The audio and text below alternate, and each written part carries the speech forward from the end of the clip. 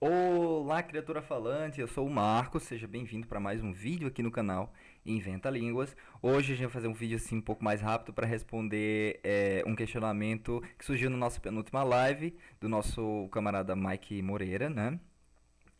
Com a nossa penúltima live com o Bruno Adi Pietro, um dos nossos psicanalista matemático favorito da Camarilha, que a gente estava falando um pouquinho sobre, principalmente sobre a minha abordagem, né, de linguística e de cognição, que a gente considera que os significados são construídos linguisticamente, né, os significados que a gente dá para o mundo e para aspectos da nossa realidade são construídos linguisticamente, e a partir disso, tudo à nossa volta passa a ser considerado linguístico, né? Todos os nossos aspectos da nossa vida são linguísticos, né? Pouco parecido com aquele vídeo que eu tinha feito do cachimbo não é nada, né? E que eu falei que a partir da categorização linguística e da conceitualização, né, da construção de conceitos a partir da linguagem, tudo à nossa volta passa a ser linguístico. E aí ele perguntou se isso não invalidaria o conhecimento de algumas ciências, como por exemplo as ciências naturais. Né? E eu vou dizer aqui que não, e vou tentar fazer isso um pouco rápido. Antes disso, eu vou avisar que talvez a gente faça uma outra live com o Bruno falando sobre esse assunto também. E vou deixar aqui no link, aqui embaixo, o link para o nosso canal do grupo, do meu grupo de pesquisa recém-criado. Tem quase ninguém inscrito lá, então ajudem lá e se inscrevam, porque a gente vai tratar desse assunto também. A gente vai tratar de ciência lá, né? O que é ciência, o que pode ser considerado saber científico, vamos falar um pouco sobre o Popper, sobre os diferentes epistemologias, né, se isso ainda vale ou não, né, imperativismo, subjetivismo, idealismo, pragmatismo, enfim, tudo isso, tá? Bom, então vamos lá para a pergunta do nosso amigo Mike Moreira, que está acompanhando. Muito obrigado pela participação nos últimos vídeos, Mike, você é fantástico. E ele disse que ficou com a pulga atrás da orelha se podemos fazer construções na língua que não se compromete com a realidade objetiva, como podemos ter alguma credibilidade no nosso conhecimento científico, né? Principalmente dentro das ciências naturais. Sei também que ter esse conhecimento na conta de absoluto é incoerente com o fato dele ser mutacional. Porém, ainda fico intrigado como pode o que é gerado na língua nos servir para lidar com o mundo real e investigá-lo, né? Se a gente constrói significados pela linguagem, né? Tudo à nossa volta é linguístico, como é que a gente pode dar algum crédito para ciências naturais, né? Se a gente considera que a linguagem não corresponde às propriedades objetivas do mundo físico, né? Beleza, então, o realismo experiencialista, né, ou o realismo direto, que é o que trabalha com essa noção, os dois têm umas diferenças cruciais. Depois eu vou tratar disso aqui, mas os dois consideram como o significado linguístico sendo construído a partir das nossas experiências, né? Portanto, a linguagem ela não corresponde a uma estrutura objetiva do mundo, né? Uma estrutura objetiva do mundo físico real, né? Um exemplo bem legal é isso aqui, por exemplo. Isso aqui é uma caixa de som, né? Que é preta, né? A cor preta, né? A gente categoriza isso linguisticamente como preto, né? A cor preta, ela não é uma propriedade física real. Ela não existe. Não sei se você sabe, mas a cor não existe. A cor física não existe. Não existe como propriedade física do mundo objetivo. Né? A cor preta, na verdade, é um resultado, né? Porque a gente fala, é uma informação relacional, né? Um resultado de relações das propriedades físicas do próprio objeto, com, por exemplo, a luz ambiente e com os nossos sistemas perceptuais. Então, o que a gente está vendo aqui é preto, beleza, né? A gente percebe como preto, mas isso não é a propriedade do objeto. Qual é a propriedade física do objeto objetivo? Né? Ele absorve as luzes, todas as faixas de luz que são da luz incidente, a luz branca bate aqui, ele absorve tudo e não falta nada. Então fica escuridão, preto, né? E a gente consegue captar isso aqui. Beleza. A gente consegue captar isso aqui porque a gente tem sistemas perceptuais para fazer isso e das relações que a luz branca bate aqui, do resultado dessas relações da luz incidente com criando essa luz ambiente que a gente enxerga. Então, já é relacional desde a percepção e a gente categoriza isso linguisticamente. Né? Então, primeiro aspecto, a nossa própria percepção da realidade não é objetiva. A gente não tem acesso à realidade objetiva do mundo. Não tem. Né? E se fosse assim, também não precisava de ciência, né? Se a gente enxergasse a realidade tal qual ela é. Mas isso ainda piora com a linguagem, porque a linguagem perspectiva aspectos da realidade, né? Aliás, perspectiva aspectos de como a gente se relaciona com essa realidade, né? Por exemplo, isso pode ser evidenciado em diferentes línguas, por exemplo, né? Se a linguagem fosse direcionada, se fosse determinada, né, por aspectos objetivos da realidade, a gente não teria palavras diferentes para cores, por exemplo, diferentes, né? Por exemplo, culturas diferentes categorizam tipos de vermelho como cores diferentes, né? Como nomes diferentes. Já outras línguas não, né? Então, por exemplo, isso aqui é vermelho. Na nossa língua, isso aqui é vermelho, no português. Isso aqui também é vermelho, não é? As línguas naturais categorizam assim. E isso aqui também é vermelho. Todos os três são vermelhos. Mas vocês vejam que isso aqui são cores diferentes, ó. Né? São relações de propriedades físicas diferentes. Mas a gente categoriza tudo como vermelho, não é? Já aí já dá para ver que a linguagem não corresponde a propriedades físicas objetivas do mundo, né? Piora quando a gente vai comparar com outras línguas, né? Que às vezes não é interessante para elas, por exemplo. Para a gente não faz diferença nenhuma. A gente poderia chamar isso aqui de gloob-gloob, isso aqui de jeb-jeb, isso aqui de rablo-rablo, né? Poderia chamar de três coisas diferentes. Para a gente não importa. Todos eles são vermelhos porque a gente não precisa categorizar como cores diferentes. Mas para a gente faz sentido categorizar isso aqui como vermelho e isso aqui como branco, não é? Isso aqui como amarelo, isso aqui como vermelho. Pra gente faz sentido diferenciar essas cores na nossa cultura. Mas, para outras culturas pode até... Por exemplo, a gente estava discutindo lá e viu que no latim não tinha diferença entre... Eu acho que era no latim, né? Marrom e cinza, por exemplo. Marrom e cinza não eram categorizados como cores diferentes, né? Mas aí surge a questão, né? Quando você ganha linguagem, você aprende um jeito, né, um jeito selecionado, convencionalizado de interagir com o mundo. Por exemplo, isso aqui é um microfone. Um microfone, como objeto em si, ele tem propriedades físicas dele objetivas, né? Mas pela linguagem, o que a gente recupera não é isso. O que a gente recupera no objeto feito desse material de plástico, com essa espuminha aqui, que ele se relaciona com a luz dessa forma. Não. A gente recupera o objeto microfone. Ele é usado para gravar, então isso aí é todo construído linguisticamente. Ele tem essa espuminha, porque ele vai filtrar os pop, né? Esses sons aqui. E a gente tem um jeito de usar esse microfone que também foi categorizado linguisticamente, né? Gravar foi categorizado linguisticamente, a gente grava com o microfone. Mas isso não significa que depois da linguagem a gente perde as outras possibilidades de interagir com o ambiente. Se eu pegar esse microfone e começar a fazer posso enrolar ele, posso botar ele no pescoço aqui, posso usar ele para jogar lá em cima do telhado, fazer várias coisas para, sei lá, tirar uma manga do pé de manga, jogando isso aqui na manga. Posso fazer várias coisas com esse microfone, mas o jeito selecionado, né, a forma como a gente interage com esse microfone foi selecionado linguisticamente. Portanto, essa seleção, essa categorização linguística não corresponde a aspectos objetivos da realidade, mas diz respeito à nossa experiência, né, com a nossa relação com essa realidade, né? E isso aí surge a pergunta, então isso invalidaria o conhecimento científico, principalmente para as línguas, para as ciências naturais? Não, né? E por que não? Primeiro, porque a gente não perde, só porque a gente constrói sentido, a gente dá significado para as coisas através da linguagem, e não é uma forma de dar significado que corresponde à objetividade do mundo.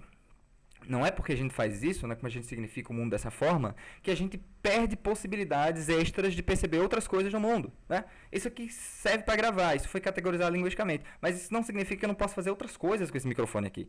Isso aqui é um mouse, mas se eu quiser tacar isso aqui na cabeça de alguém, para machucar a cabeça dele, eu posso fazer também, né? Só porque isso aqui foi usado para uma coisa e foi categorizado isso aqui linguisticamente como algo que serve para tal coisa, não significa que a gente perdeu as outras possibilidades que esse objeto oferece, né? As outras possibilidades que esse objeto oferece. A gente ainda tem acesso a isso, né? E aí surge a questão. Primeiro ponto é esse. Segundo ponto é que a própria linguagem estende os nossos limites do corpo. A própria linguagem estende os nossos limites do corpo. Pela linguagem, a gente pode criar espaços contrafactuais, né? A gente pode criar mundos, né? Criar mundos imaginários que não existem fisicamente. Então a gente pode criar narrativas, a gente pode falar sobre coisas que não estão presentes, a gente pode imaginar coisas que não estão presentes. Se eu falar, não pense no elefante, você está pensando no elefante, não é? Se eu falar de elefante, você está pensando no elefante, mas o elefante não está na sua frente. Como é que você está tendo acesso a essa construção de sentido, né? O elefante não está na sua frente. Então a própria linguagem estende essa nossa capacidade de se relacionar com o ambiente. Pela linguagem, a nossa relação com o ambiente, ela deixa de ser dependente das coisas imediatamente próximas a nós, né? as coisas que estão imediatamente ao nosso redor. Eu não preciso estar perto do elefante para ter o acesso do significado do elefante.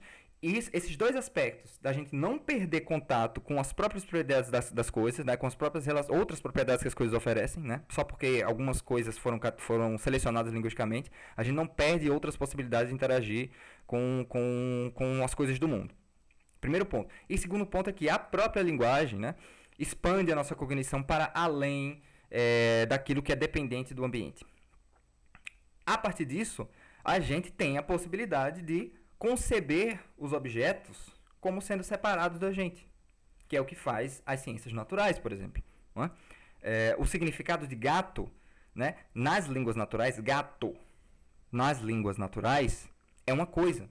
Tem a ver com, por exemplo, as nossas relações com o gato. A gente sabe que ele é um animal doméstico, que ele toma, sei lá, você tem que dar aqueles whiskas, aqueles rações, aqueles comidinhas especiais. Tudo isso foi categorizado linguisticamente e pode ter ou não ter, né? Pode ou não ter relações com o gato em si, objetivamente.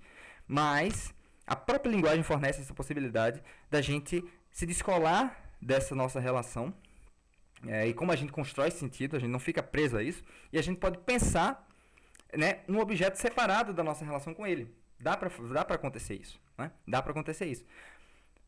Ainda assim, a gente vai interpretar as coisas a partir da nossa experiência, né? Mesmo assim, a gente vai interpretar as coisas da experiência, mas há essa possibilidade de a gente, por exemplo, como faz a biologia, de categorizar as espécies de forma objetiva. Então, a gente sabe que o Felis catus, né, é uma espécie de gato que tem certas características morfológicas. Isso só é conhecido por quem tem essa... a partir dessas ciências, né, que tem ontologicamente que separar o objeto do sujeito, né? Separar o significado construído convencionalmente através da linguagem, né? E tentar enxergar o objeto separado, né? Separado da nossa percepção dele, da nossa interpretação dele, né? Algumas ciências tentam fazer isso. Isso não invalida... e a partir disso, né? Mesmo assim, a gente vai acabar interpretando os dados a partir do nosso sistema conceitual, que é influenciado pela nossa experiência. De toda forma, a gente vai ter que medir coisas, e quando a gente está medindo, é aquele paradigma lá da física quântica, né? Quando a gente está medindo uma coisa, a gente já está criando uma relação ali de sujeito-objeto, né? A gente nunca vai ter acesso a tal realidade, tal qual ela é, né? Mas como algumas ciências, né, que tentam, o objeto delas necessariamente tem que ser separado do sujeito que percebe, elas vão tentando aí, se aproximar cada vez mais da própria propriedade do mundo, né? E a gente cria até extensões do nosso corpo, como a própria linguagem, é uma extensão das nossas propriedades físicas, né? Como medidores, olha a falha nossa, né?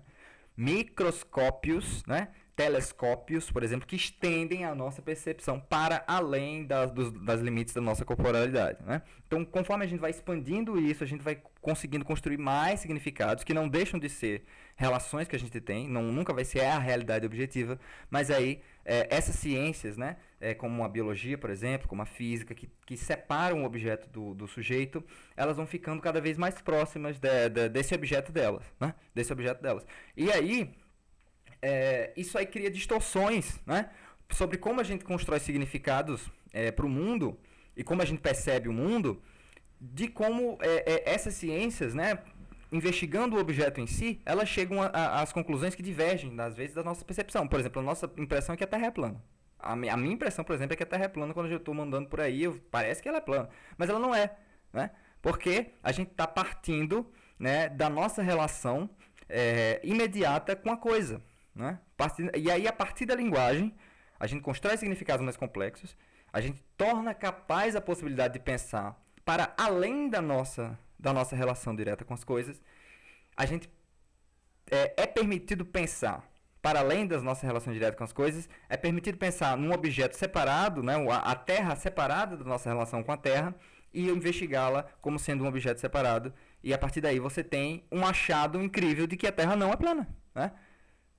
Inclusive a partir de experimentações que, né, que consideram as relações das propriedades sem considerar a nossa influência, o jeito que a gente percebe as coisas.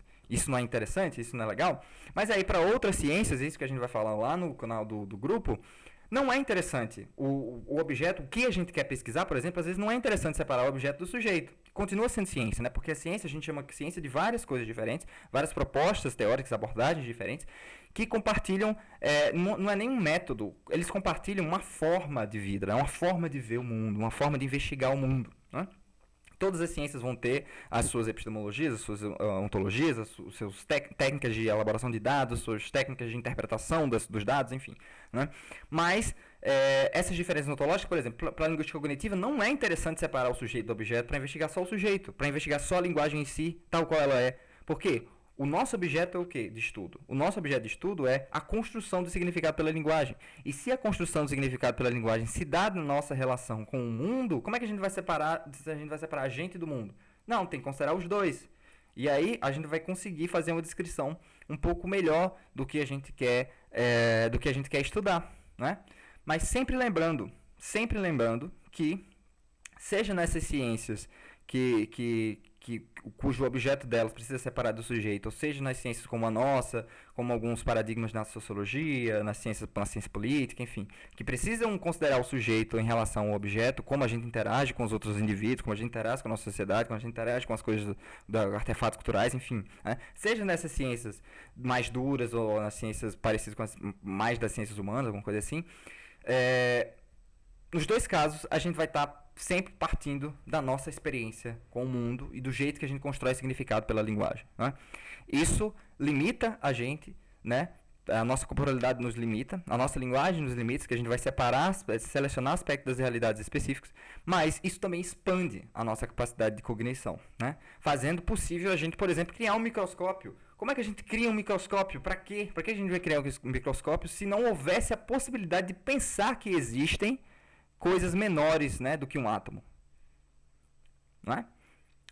Eu não sei nem se dá para eu acho que não dá para enxergar elétrons com microscópio, mas partículas muito pequenas, né, coisas muito pequenas, né? Como é que a gente poderia pensar nessa possibilidade sem a linguagem? A linguagem nos dá a possibilidade de estender a nossa cognição para além do imediato, e a partir disso a gente tem essa possibilidade de pensar nessas coisas, né?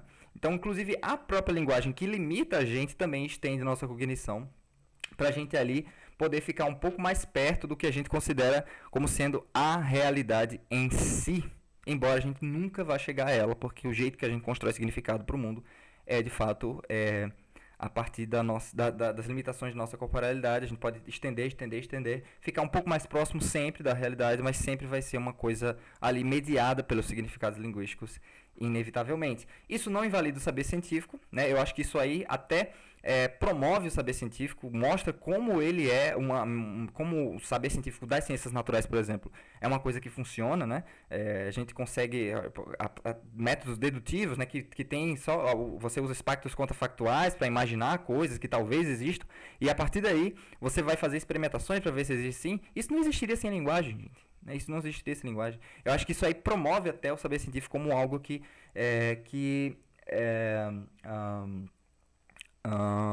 retifica o valor da ciência. Eu acho que isso aí retifica o valor da ciência, né? Mostrando, a gente está fazendo uma coisa aqui que está para além da nossa relação direta com as coisas no mundo e está para além das nossas perspectivações culturais, né? A gente está considerando o objeto em si, ele separado da gente. Dá para fazer isso, dá para a gente imaginar isso, dá para a gente considerar as propriedades dele independente da gente e estudar isso daí. Tanto é que a biologia vai ter nomes diferentes para as espécies, que a gente chama tudo de gato, por exemplo. Vai ter vários tipos de gato, né? Gato selvagem, por exemplo, são diferentes dos gatos normais, enfim. Né? Mas pra gente, se a gente olhar, vai parecer tudo a mesma coisa, e linguisticamente, nas línguas naturais, a gente fala gato, tudo, né? E a partir disso vai surgir até uma proposta meio parecida com o pessoal da analítica, né? Uma proposta de linguagem científica que se distancia das linguagens naturais justamente por essa linguagem científica das ciências mais duras, das ciências naturais, enfim, né? Que se distancia um pouco de como a gente fala, né? Calor pra gente é uma coisa, calor na física é outra coisa, né? Então, é isso. Eu acho que ficou menos turvo o assunto, né? Espero que tenham surgido mais questões na cabecinha de vocês pra gente discutir depois. E falando de novo, né? Essas duas perspectivas de ciência que eu mostrei aqui para vocês, nenhuma está certa, nenhuma está errada. As duas estão certas porque elas querem investigar aspectos da realidade distintos, né? Os objetos são diferentes, né? Se você quer investigar o objeto tal qual ele é em si na realidade, você vai considerar outras coisas, você vai partir de pressupostos diferentes. Se você quer considerar coisas que são construídas a partir da nossa relação, como a linguística cognitiva faz, né? Vai ser diferente o seu resultado também, né? Então, você está investigando objetos diferentes. Mas, enfim, isso a gente vai tratar depois. Eu espero que tenha ficado legal, uma discussão interessante, né? E se lembrem, a gente nunca vai ter acesso à realidade em si, mas a gente está sempre caminhando para uma melhor descrição dela, enfim, tudo mais, né? É um norte, né? Um norte para a gente não se perder, a gente achar que está numa Matrix, é tudo muito louco, idealizado, enfim. Tá bom? Então, paz para todos. Até mais, gente.